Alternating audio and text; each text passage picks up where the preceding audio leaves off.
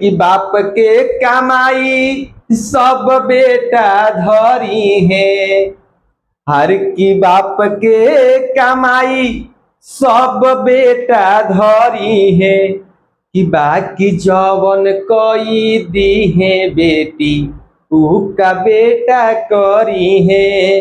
कि जवन कोई दी है बेटी ऊ का बेटा करी है।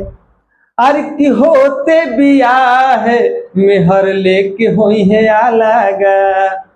हर की होते बियाह मेहर लेके होई है अलगा। आई बुढ़ापा बात मनी है ना कहाला का। हर की मुँह अग्नि देके विश्वकर्मा करी है। क्यों है मुख अग्नि देके विश्वकर्मा करी है।